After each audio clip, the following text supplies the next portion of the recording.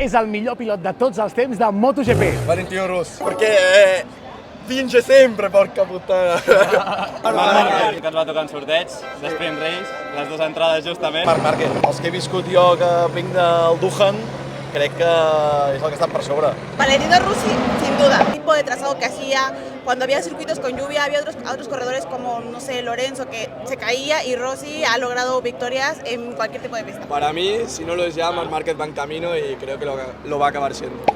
Para mí, el aura de Valentino siempre va a estar por encima de Márquez, pero lo superará en títulos. Que Valentino es Valentino. Mucha obra de Valentino, pero Marc Márquez es a casa. Pero el que ha llevado las motos al mundo es Valentino. Eso es un fact. Hemos tenido un accidente.